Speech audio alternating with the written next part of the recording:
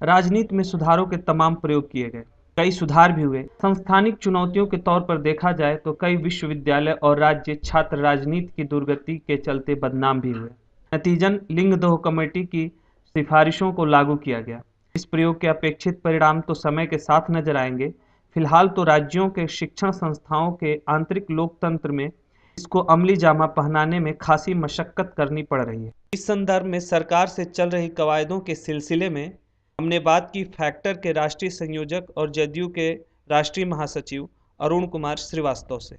सवाल ये था कि निर्दलीयों की भूमिका बहुत ज़्यादा बड़ी नहीं है, लेकिन पार्टियों की भूमिका जो है वो काफ़ी बड़ी नज़र आती है। और पार्टियों की अपनी जो एक अभी तक की कलेक्टेड आउटपुट है वो अभी की लोकसभा में 186 सांसद ऐसे हैं जो दागी हैं, जिनके ऊपर आपराधिक मुकदमे चल रहे हैं और ज़्यादातर वो राजनीतिक दलों से ही है।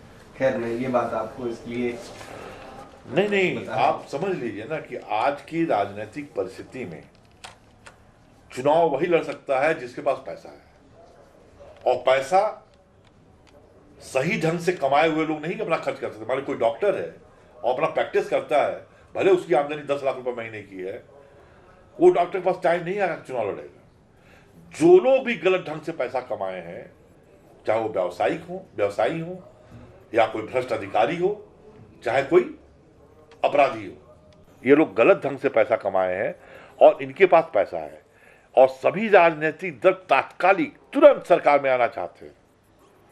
तो किसी भी राजनीतिक दल को अपराधियों से या ऐसे उम्मीदवारों से कोई आपत्ति नहीं है, भले उनकी पार्टी के वो वर्कर्स जिन्होंने उस पार्टी को खड़ा किया है वो खत्म हो जाए, राजनीति से आइसोलेट हो जाए, एलिमिनेट हो जाए, उनको कोई फर्क नहीं पड़ता है। इसलिए कि हर नेता का कोई कोई बड़ा उद्देश्य है कि हम प्रधानमंत्री बने, मुख्यमंत्री बने। अब हमको मुख्यमंत्री बनना है तो हम अगर सोचने लगे कि मतलब कि पार्टी वर्कर साथ रहेगा, सिद्धांत साथ रहेगा, तो शायद हम नहीं बन पाएंगे। तो जल्दी से जल्दी चुनाव हम जीतें, हमारी पार्टी के लोग चुनाव जीतें, भले वो कोई भी हो। इसलिए ये मामला बन नहीं पा रहा है इसमें, और हमारा मुख्य लड़ाई इन्हीं के खिलाफ है। असल में जो एक राजनीतिक प्रतिनिधित्व वाली बात है, उसका अपना एक मानक नेता हो तो कैसा हो, जनता की तरफ से, राजनीतिक दलों की तरफ से, या जो अभी हमारे यहाँ इलेक्शन कमीशन है उसकी तरफ से, कोई एक साफ खाका नजर आया नहीं है, ना निकल के आ पाया है। क्योंकि राजनीति में अगर नेता की बात करें तो उसके लिए दो ही बातें मैं देख पाता हूँ कि जरूरी होता है। एक उसकी अपनी नज़र, जो कि उसके अपने चिंतन और उसके अपने राजनीतिक जमीनी राजनीतिक जनाधार से निकलती है। दूसरा उसका असर। अमूमन जो राजनीतिक दल है या जो भी है वो उसके असर को लेकर ज्यादा उसमें रहते हैं। देखिए, मैं आप बात समझ रहा हूँ। देखिए, मेरा यह मानना है कि राजनीति में जो लोग भी आते हैं वो इस समाज का सबसे बढ़िया आदमी राजनीति में आता है, और जितने नेता सब के सब बहुत बढ़िया लोग हैं या बहुत बढ़िया लोग थे, लेकिन राजनीतिक परिस्थितियां इस तरह की बन गई हैं कि ये राजनीतिक नेता क्या, अगर साधु सन्यासी भी कोई आ जाएगा वो भी इस दाग से नहीं बच पाएगा अगर अपने को सरवाइव करना है।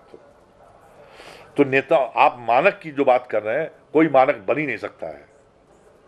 जो राजनीति में आता है वो मानक ही है, बढ़िया आदमी है। वो पहले दिन जो भी राजनीति में आता है वो ये नहीं सोच के आता हम कोई कमाई करने जा रहे हैं, वो गुस्से में आता है, समाज की असमानता को देख करके, गरीबी को देख करके उसको लगता है कि ये लोग अच्छा काम नहीं कर रहे हैं, मैं अच्छा आदमी हूँ, मैं कर सकता हूँ, आ तो जाता है राजनीति में। लेकिन जहाँ चुनाव लड़ने की बात आती है तो वो समझौते करता है। वो पहली बार समझौता करता है, ठीक है अब की बार गलत ढंग से पैसे लेके हम चुनाव जीत जाएंगे और तब काम करेंगे। लेकिन होता यह है कि एक बार आप गलत रास्ता चुन लिए, एक बार आपने समझौता कर लिया, तो आपको बार बार समझौता करना पड़ेगा और फिर उसकी कोई सीमा नहीं है, फिर आप खूब गलत करते रहते हैं। खैर वो तो आप लोगों ने ज्यादा नजदीक से देखा राजनीति, तो आप बेहतर जानते होंगे। आपने इसमें एक बात लिखी है कि समानुपातिक चुनाव प्रणाली को अमल में लाया जाए। तो जहां मेरा इशारा था एक नेतृत्व की अपने एक मानक को लेकर, तो इसका एक स्टैंडर्ड जो है वो प्रोपोर्शनेट डेमोक्रेसी, समानुपातिक चुनाव प्रणाली आपने भी रखी है।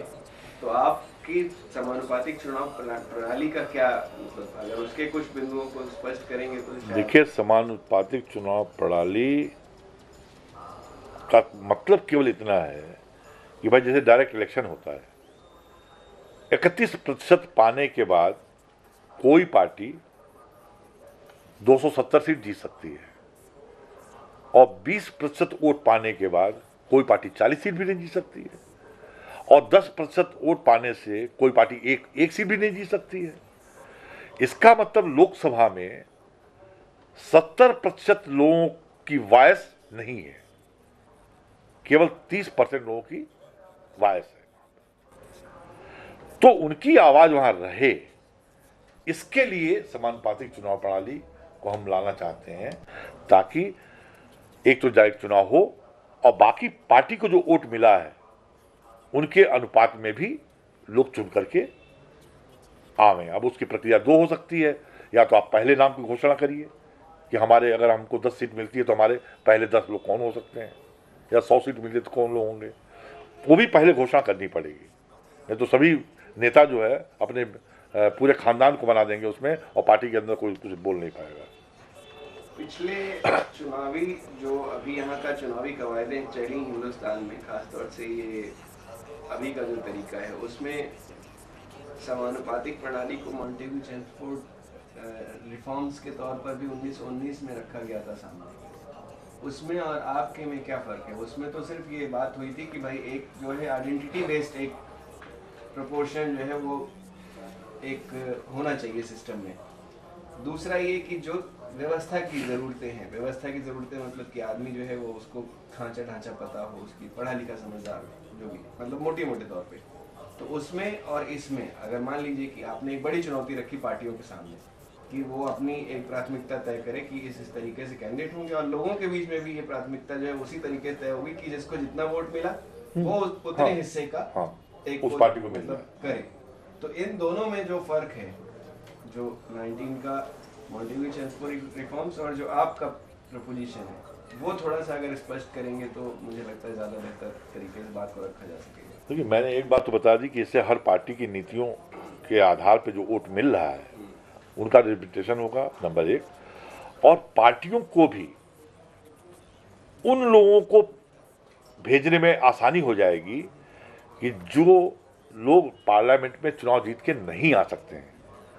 उसमें दक्षिण भारत के कुछ राज्य हो सकते हैं कुछ पार्टी के लिए, जैसे मान लीजिए हमारी पार्टी दक्षिण भारत में नहीं है, तो हम एक दक्षिण भारत से एक आदमी लाना चाहते हैं तो हम ला सकते हैं उसके माध्यम से। या हम नॉर्थ ईस्ट में हम नहीं कुछ कर सकते हैं तो हम कर सकते हैं,